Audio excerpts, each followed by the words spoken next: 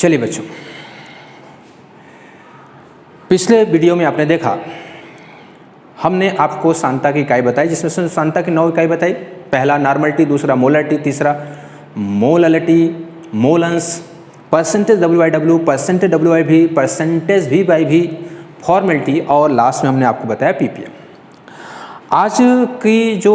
आज का जो टॉपिक है वो आप देख पा रहे हैं, यहाँ पे लिखा हुआ है विलेयता यानी कि सॉल्युबिलिटी।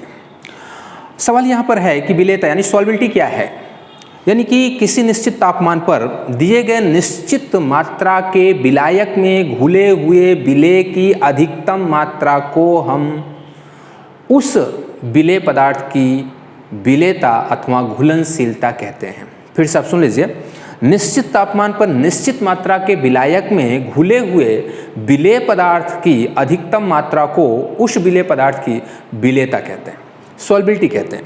ठीक है, अब विलेयता में क्या होता है कि अगर आपने कोई विलायक ले लिया है तो विलायक लेने के बाद उसकी मात्रा निश्चित होनी चाहिए, तापमान भी निश्चित रख देना है। तो निश्चित तापमान और निश्चित मात्रा के आयतन में जैसे जैसे आप विलेय पदार्थ को घुलाते रहते हो वैसे वैसे विलयन में विलेय पदार्थ की सांद्रता क्या होती है, बढ़ती जाती है, यानी कि आपके विलयन की सांद्रता बढ़ती जाती है।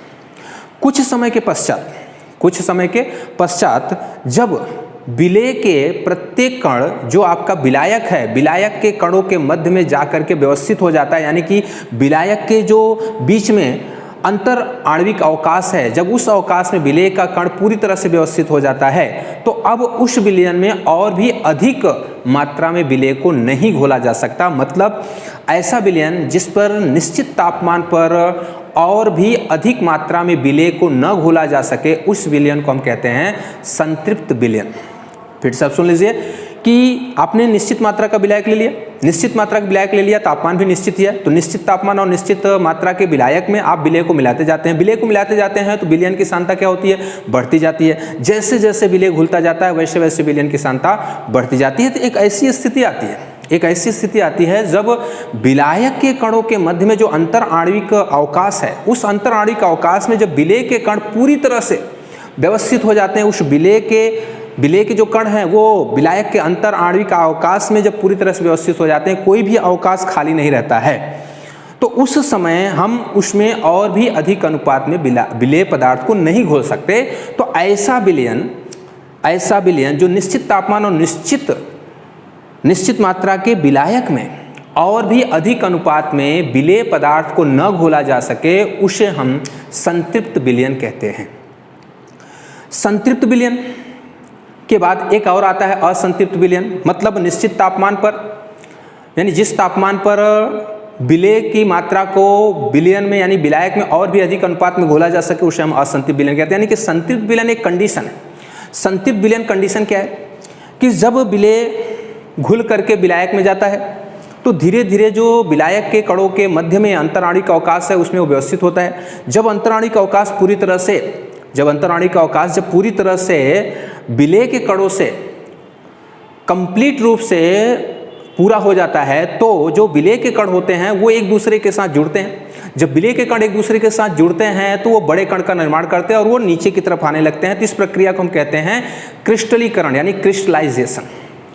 यानी विलेय जब विलायक में घुल रहा है तो उसे हम कहते हैं डिसोल्यूशन, घुलनशीलता।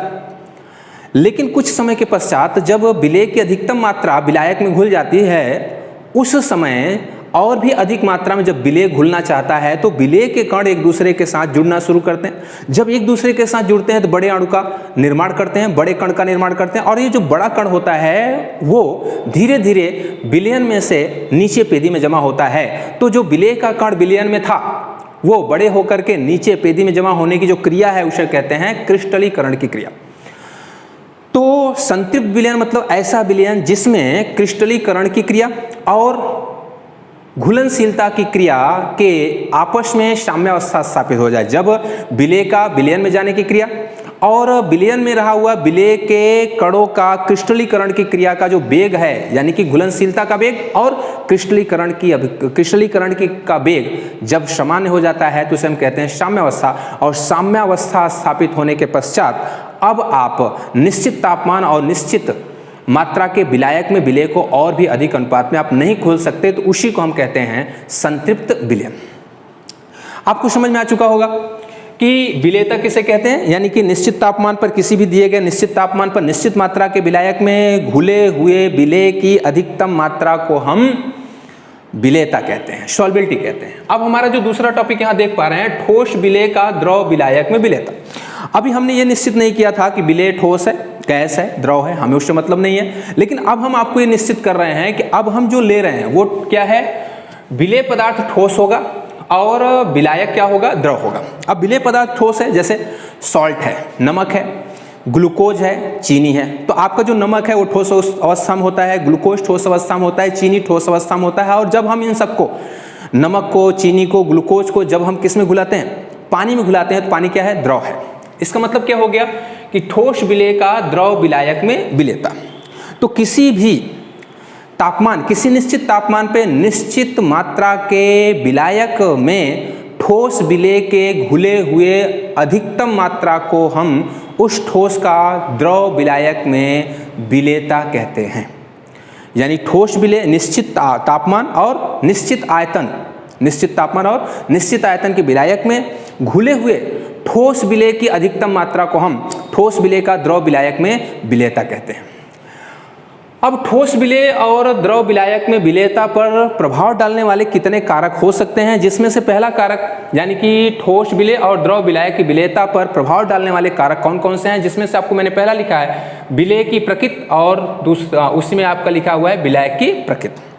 देखिए विलेय की प्रकृति और विलायक की प्रकृति, तो सबसे पहले हम बात करते हैं नंबर 1 विलेय की प्रकृति।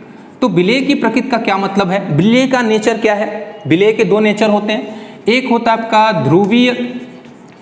ध्रुवीय विलेय पदार्थ, ध्रुवीय विलेय पदार्थ, और दूसरा हम लेते हैं अध्रुवीय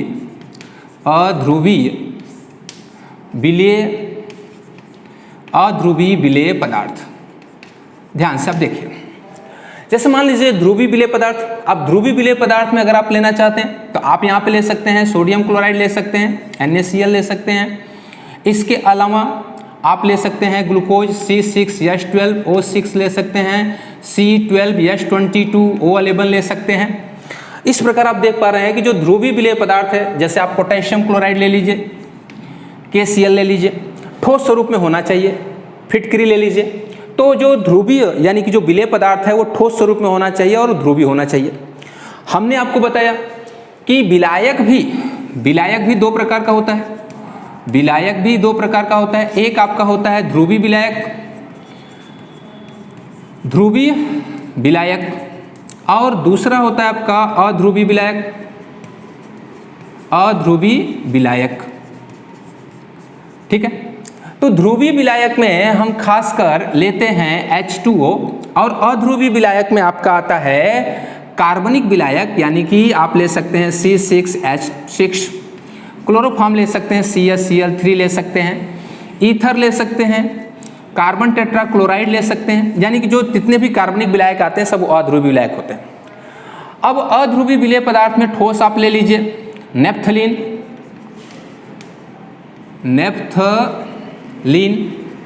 दूसरा आप ले लीजिए आयोडीन, तीसरा ले लीजिए एंथ्रासिन। ठीक है, तो आपको ध्यान रखना है कि ध्रुवीय ठोस विलेय पदार्थ जिसमें से आपके आयनिक यौगिक हो सकते हैं, ग्लूकोज है और सुक्रोज है, ये सभी ध्रुवीय विलेय पदार्थ ध्रुवीय विलायक पानी में घुलते हैं। यानी कि अगर दोनों यानी विलेय और विलायक का नेचर समान हो गया, समान विलेयता मतलब विलायक भी ध्रुवीय हो, विलेय भी ध्रुवीय हो, तो वो बहुत ही आसानी से घुलकर विलयन बनाते हैं। दूसरा अध्रुवीय विलेय पदार्थ जिसमें हमने आपको बताया नेप्थलीन है, आयोडीन है, एंथ्रासिन है। नेप्थलीन, आयोडीन और एंथ्रासिन ये सभी के सभी क्या हो गए, अध्रुवीय विलेय पदार्थ हो गए। तो अध्रुवीय विलेय पदार्थ अध्रुवीय विलायक जैसे बेंजीन है, कार्बन टेट्राक्लोराइड है, क्लोरोफॉर्म, ईथर है, यानी कार्बनिक विलायक में वो आसानी से घुल सकते हैं। मतलब जब विलेय और विलायक का प्रकृति समान हो उसे हम कहते हैं समान विलेयता। जब विलेय और विलायक की प्रकृति समान हो तो आपस में घुल कर विलयन बनाएंगे। अब जैसे मान लीजिए कि विलेय पदार्थ ध्रुवीय है तो विलायक भी क्या होना चाहिए, ध्रुवी। तो ध्रुवी विलेय पदार्थ ध्रुवी विलायक में घुलकर विलयन बनाएंगे, अध्रुवी विलेय पदार्थ अध्रुवी विलायक में घुलकर विलयन बनाएंगे। लेकिन अगर आप ऐसा सोचते हैं कि ध्रुवी विलेय पदार्थ हम लें और अध्रुवी विलायक लें तो वो आपस में नहीं घुल सकते। ध्यान रखिएगा, यदि दोनों का नेचर, दोनों की प्रकृति समान होगा तो वो विलेयता होगी, यानी उसको हम कहते हैं समान समान विलेयता। लाइक वाइज लाइक सॉल्बिलिटी, ठीक है, लाइक लाइक मतलब समान होना चाहिए। तो ध्रुवी विलेय पदार्थ होगा तो ध्रुवी विलायक चाहिए, अध्रुवी विलेय पदार्थ होगा तो अध्रुवी विलायक चाहिए। मतलब ध्रुवी विलेय पदार्थ ध्रुवी विलायक में घुलेगा, अध्रुवी विलेय पदार्थ अध्रुवी विलायक में घुलेगा। लेकिन अगर आप इसका उल्टा करते हैं तो आपको घुलनशीलता नहीं होने वाली है, आपको विलयन नहीं मिलेगा। जैसे ध्रुवी विलेय पदार्थ कार्बनिक विलायक अध्रुवी विलायक में नहीं घुलेंगे और अध्रुवी विलेय पदार्थ ध्रुवी विलायक पानी में नहीं घुलेंगे। इस प्रकार घुलनशीलता विलेय और विलायक की प्रकृति पर निर्भर करता है। यदि विलेय और विलायक की प्रकृति समान है तो घुलनशीलता होगी, विलयन बनेगा, और यदि विलेय और विलायक की प्रकृति समान नहीं है बल्कि असमान है तो घुलनशीलता नहीं होगा, विलयन नहीं बनेगा। दूसरी बात हम देख करते हैं, दूसरा जो प्रभाव है यानी कि जो आपका कारक है ठोस विलेय का द्रव विलायक में विलेयता का जो दूसरा कारक है वो तापमान है। आइए तापमान के बारे में सोचते हैं। देखिए ऐसा है कि जो आपका ठोस विलेय पदार्थ है तो ठोस विलेय पदार्थ को घुलने के लिए ऊष्मा चाहिए, ठोस विलेय पदार्थ को घुलने के लिए ऊष्मा चाहिए। अब ये ऊष्मा कौन देगा? ये ऊष्मा उसका विलायक देगा। इसका मतलब क्या है कि जब ठोस विलेय द्रव विलायक में घुलता है तो यह जो क्रिया होती है वो ऊष्मा शोषी भी हो सकती है और ऊष्मा क्षेपी होती है। लेकिन अधिकांश ठोस विलेय पदार्थ को जब हम विलायक में घोलते हैं, द्रव विलायक में घोलते हैं तो ये ऊष्मा शोषी प्रक्रिया होती है। और जब ऊष्मा शोषी प्रक्रिया होती है तो इसका सीधा सा मतलब है कि तापमान बढ़ाने पर ऊष्मा शोषी अभिक्रियाओं में लाभदायक होता है, यानी कि फायदा होता है। यानी कि आपको अधिक से अधिक ठोस विलेय पदार्थ को द्रव विलायक में घोलना है तो तापमान बढ़ाएंगे तो विलेयता बढ़ेगी। लेकिन आपको ध्यान रखना है कि कुछ आयनिक यौगिक, यानी कुछ नहीं, अधिकांश आयनिक यौगिक यानी अधिकांश ठोस पदार्थ या अधिकांश आयनिक यौगिक जो होते हैं जब वो पानी में घुलते हैं तो वो ऊष्मा शोषी प्रक्रिया होती है। और अगर कोई भी ऊष्मा शोषी प्रक्रिया चल रही है तो ले सतेलिए के नियमानुसार यदि हम तापमान बढ़ाते हैं तो वो जो अभिक्रिया है, वो जो प्रक्रिया है वो आगे की तरफ जाता है। आगे की तरफ मतलब जो आपका अघुलनशील विलेय पदार्थ है तापमान बढ़ाने पर वो घुलनशील विलयन बना लेगा। मतलब ये है कि अधिकांश ठोस विलेय पदार्थ का द्रव विलायक में विलेयता ऊष्मा शोषी है। ले सतेलिए के नियमानुसार ऊष्मा शोषी अभिक्रियाओं में तापमान बढ़ाना लाभदायक है। इसका सीधा सा मतलब है कि ठोस विलेय पदार्थ जब द्रव विलायक में घुल रहा है और वो प्रक्रिया ऊष्मा शोषी है तो उसमें अगर आप तापमान बढ़ाते हैं तो घुलनशीलता बढ़ती है और तापमान कम करते हैं तो घुलनशीलता कम हो जाती है। दूसरी बात, कुछ ऐसे भी आयनिक यौगिक होते हैं जो ऊष्मा क्षेपी, यानी कि कुछ ऐसे भी आयनिक यौगिक होते हैं जो द्रव विलायक में घोलने पर वो ऊर्जा मुक्त करते हैं। ऐसे आयनिक यौगिक को ध्यान में रखना पड़ता है ताकि हमको ये पता चल सके कि तापमान बढ़ाने पर इनकी घुलनशीलता बढ़ेगी अथवा घटेगी। तो ऐसे आयनिक यौगिक जिनको जल में घुलाने पर ऊर्जा मुक्त हो रही है वो ऊष्मा क्षेपी प्रक्रिया है। तो ऊष्मा क्षेपी प्रक्रियाओं के लिए आपको ध्यान रखना है तापमान बढ़ाना लाभदायक नहीं बल्कि हानिकारक है। क्योंकि ले सतेलिए के नियमानुसार यदि ऊष्मा शोषी रासायनिक अभिक्रिया है या फिर ऊष्मा शोषी प्रक्रिया है तो तापमान बढ़ाना लाभदायक है, और यदि ऊष्मा क्षेपी प्रक्रिया है तो तापमान कम करना लाभदायक है। तो इस बात को आपको ध्यान रखना है कि ऊष्मा शोषी यानी इतना हम आपको बता सकते हैं कि तापमान बढ़ाने पर ठोस विलेय का द्रव विलायक में विलेयता बढ़ती है, क्योंकि अधिकांश ठोस विलेय पदार्थ का द्रव विलायक में विलेयता ऊष्मा शोषी होता है और ऊष्मा शोषी रासायनिक अभिक्रियाओं के लिए तापमान बढ़ाना लाभदायक है। इसका मतलब है कि जो ठोस विलेय पदार्थ जब द्रव विलायक में घुलता है और वो ऊष्मा शोषी प्रक्रिया है तो ऊष्मा शोषी प्रक्रियाओं के लिए तापमान बढ़ाना लाभदायक है। मतलब अगर आप तापमान बढ़ाते हैं तो ठोस विलेय का द्रव विलायक में विलेयता बढ़ती है, और यदि आप तापमान कम करते हैं तो ठोस विलायक का द्रव विलायक में विलेयता घटती है। ये उनके लिए है, अधिकांश ठोस पदार्थों के लिए है। लेकिन कुछ ऐसे भी ठोस पदार्थ हैं जो जल में घुलने पर ऊष्मा मुक्त करते हैं। यदि ऊष्मा मुक्त कर रहे हैं, इसका मतलब क्या है, वो ऊष्माक्षेपी प्रक्रिया है, और ऊष्माक्षेपी प्रक्रिया में आपको तापमान बढ़ाना नहीं है, क्योंकि अगर आप ऊष्माक्षेपी प्रक्रिया में तापमान बढ़ाते हैं तो विलेयता घट जाती है। तो इस प्रकार आप कह सकते हैं कि तापमान बढ़ने पर ठोस विलेय का द्रव विलायक में विलेयता बढ़ती है, और तापमान कम करने पर ठोस विलेय का द्रव विलायक में विलेयता घटती है। लेकिन ध्यान रखना है, ऐसा ठोस आपको सिलेक्ट नहीं करना है जो ऊष्माक्षेपी प्रक्रिया दर्शाते हों। ऊष्माशोषी यानी अधिकांश जो ठोस विलेय पदार्थ होते हैं वो ऊष्माशोषी प्रक्रिया ही दिखाते हैं, इसलिए तापमान बढ़ाने पर द्रव विलायक विलेयता बढ़ती है। एक एग्जाम्पल, जैसे आप अपने घर में शरबत बना रहे हैं तो आप उसमें चीनी डालते जाते हैं, चीनी डालते जाते हैं, तो उसमें क्या होता है कि धीरे धीरे उनकी घुलनशीलता बढ़ती जाती है। घुलनशीलता जैसे जैसे बढ़ती है तो एक निश्चित मात्रा में अब और भी अधिक अनुपात में विलेय पानी में नहीं घुलता, तो आप क्या करते हैं, उसको गर्म करते हैं। तो जब आप गर्म करते हैं तो आपने देखा होगा कि आप बिना गर्म किए शरबत बना सकते हैं, लेकिन बिना गर्म किए चाशनी नहीं बना सकते।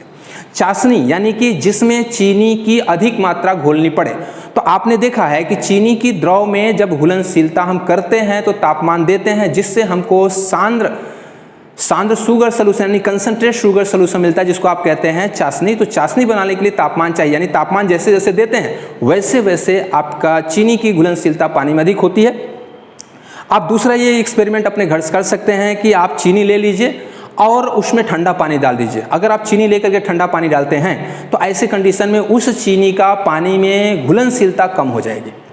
आप दूसरे पात्र में चीनी ले लीजिए और उसमें गर्म पानी डाल दीजिए, तो आप देखेंगे कि जिसमें हमने गर्म पानी डाला है उसमें चीनी की घुलनशीलता काफ़ी तेज़ी के साथ हुआ है, जबकि जिसमें हमने ठंडा पानी डाला है उसमें चीनी की घुलनशीलता कम हुई है। मतलब साफ है कि तापमान बढ़ने पर घुलनशीलता बढ़ जाती है और तापमान कम करने पर घुलनशीलता घट जाती है। ये किसके लिए है, ठोस विलेय और द्रव विलायक के लिए है। ठीक है, अब हम तीसरी बात करेंगे। तीसरी बात दाब, यानी जो तीसरा कारक है विलेयता को प्रभावित करने वाले जो कारक है उस दाब है। तो हम आपको बताना चाहेंगे कि ठोस विलेय और द्रव विलायक की विलेयता पर दाब का प्रभाव नहीं होता है। अब आप ये पूछेंगे कि ठोस विलेय का द्रव विलायक में विलेयता पर दाब का प्रभाव क्यों नहीं होता, तो सिंपल सी बात हम आपको बताना चाहते हैं कि ठोस पर दाब का कोई प्रभाव नहीं पड़ता और द्रव पर दाब का प्रभाव पड़ता है, लेकिन नगण्य। यानी कि ठोस पर दाब का कोई प्रभाव नहीं पड़ता, जबकि द्रव पे दाब का प्रभाव पड़ता है, लेकिन नगण्य प्रभाव पड़ता है। इसका मतलब है कि जब ठोस विलेय द्रव विलायक में घोला जाता है तो दाब का कोई प्रभाव नहीं पड़ता है। लेकिन याद रखिएगा कि दाब का प्रभाव, ताप का प्रभाव, ये जब आपका गैसीय विलेय पदार्थ लेंगे तब उसके ऊपर बहुत ही ज़्यादा प्रभाव पड़ता है। अब हम आपको पढ़ाने जा रहे हैं गैसीय विलेय और द्रव विलायक की विलेयता। चलिए, अब हमको पढ़ना है गैसीय विलेय का द्रव विलायक में विलेयता। मैंने आपको बताया कि किसी भी निश्चित तापमान पर निश्चित मात्रा के विलायक में घुले हुए गैसों की अधिकतम मात्रा को गैसीय विलेय का द्रव विलायक में विलेयता कहते हैं। फिर से सुन लीजिए, किसी निश्चित तापमान पर निश्चित मात्रा के आयतन के विलायक में, यानी कि निश्चित मात्रा के आयतन के विलायक में घुले हुए गैसीय विलेय के अधिकतम मात्रा को हम गैस की द्रव विलायक में विलेयता कहते हैं। अब यहाँ पर मैंने आपको ऐसे बताया है कि जैसे जैसे आप गैस द्रव में घुलता जाएगा वैसे वैसे उसकी सांद्रता बढ़ती जाएगी। इसका मतलब क्या है कि सांद्रता यानी गैस आप घुलाते हैं तो वो घुलता जाता है। जब द्रव के अंतर आणविक जो स्पेस होते हैं, जो स्थान होते हैं, उसमें जब गैस पूरी तरह से घुल जाता है, कोई भी स्थान खाली नहीं रहता है, तो उसमें अब और भी अधिक मात्रा में गैसीय विलेय को नहीं घोला जा सकता, तो उसे हम कहते हैं संतृप्त विलयन। अब यहाँ पे क्रिस्टलीकरण नहीं होता, बल्कि क्या होता है कि गैसीय विलेय का द्रव विलायक में घुलनशीलता और उस गैसीय विलयन के साथ क्या होता है, इवेपोरेशन, मतलब गैस बाहर निकलने लगता है। यानी कि गैसीय विलेय का द्रव विलायक में विलेय करके हमने गैसीय विलयन बना लिया। गैसीय विलयन जब संतृप्त विलयन बन जाता है तो उसके बाद अब उसमें और भी मात्रा में आप गैस को नहीं घोल सकते। यदि आप और भी मात्रा में गैस घोलने की कोशिश करते हैं तो कुछ गैस के कण जो होते हैं वो विलयन में से कहाँ चले जाते हैं, बाहर। जब गैस के कण विलयन में से बाहर जाते हैं तो उसे कहते हैं इवेपोरेशन। ठीक है, वाष्पीकरण कह सकते हैं आप।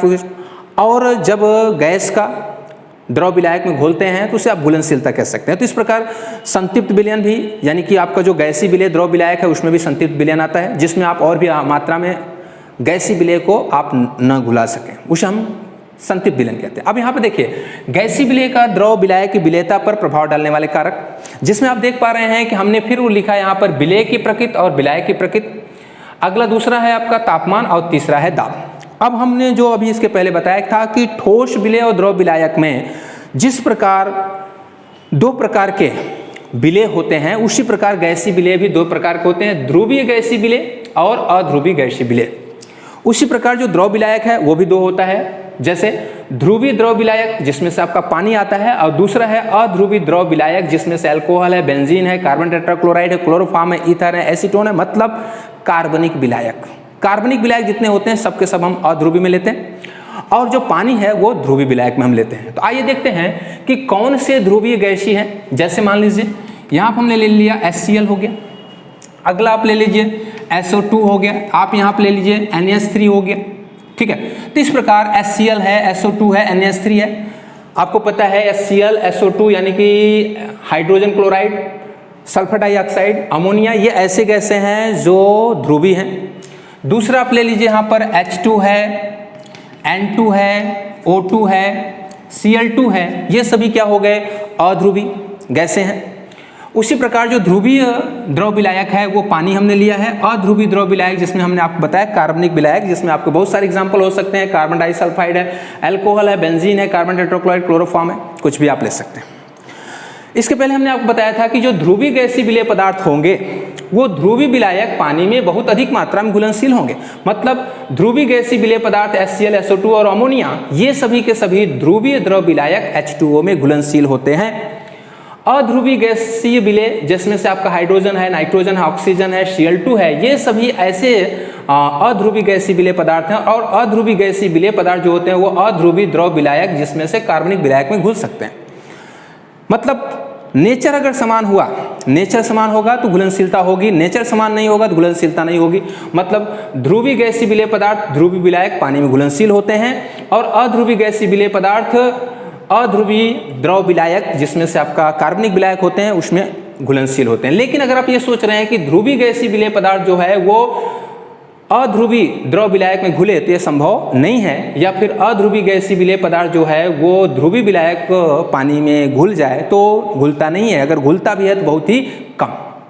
एक बात और आपको हम बता दें कि जो गैस की विलेयता है, गैस की द्रव में जो विलेयता है वो क्रांतिक तापमान पर निर्भर करता है। क्रांतिक तापमान मतलब ऐसा तापमान जिस पर गैस द्रव में बदल जाए, यानी कि क्रांतिक तापमान ऐसा तापमान जिस पर कोई भी गैस द्रव में बदल जाए उसे हम क्रांतिक तापमान कहते हैं।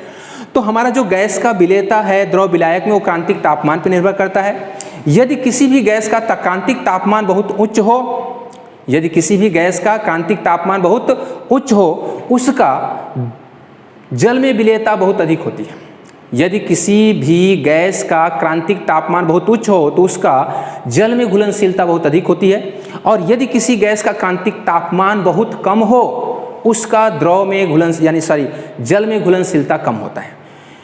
यानी कि क्रांतिक तापमान अगर अधिक है तो उसकी घुलनशीलता अधिक होगी, अगर क्रांतिक तापमान अधिक है तो द्रव में घुलनशीलता अधिक होगी, अगर क्रांतिक तापमान कम है तो द्रव में घुलनशीलता उसकी कम होगी। मतलब गैसीय विलेय का द्रव विलायक में घुलनशीलता पर क्रांतिक तापमान का भी प्रभाव पड़ता है। अब हम दूसरे कारक की बात करने जा रहे हैं, वो है तापमान। आप सभी लोगों ने देखा होगा कि जब आप कोल्ड ड्रिंक्स पीते हैं तो कोल्ड ड्रिंक्स क्या होता है कि विलायक होता है द्रव, और उसमें हम गैसीय विलेय घोलते हैं, यानी कि कार्बन डाइऑक्साइड गैस घोलते हैं। अब सवाल यहाँ उठता है कि आखिर कोल्ड ड्रिंक्स को हम हमेशा ठंडे स्थान पर क्यों रखते हैं, यानी उसका तापमान हम कम क्यों रखते हैं।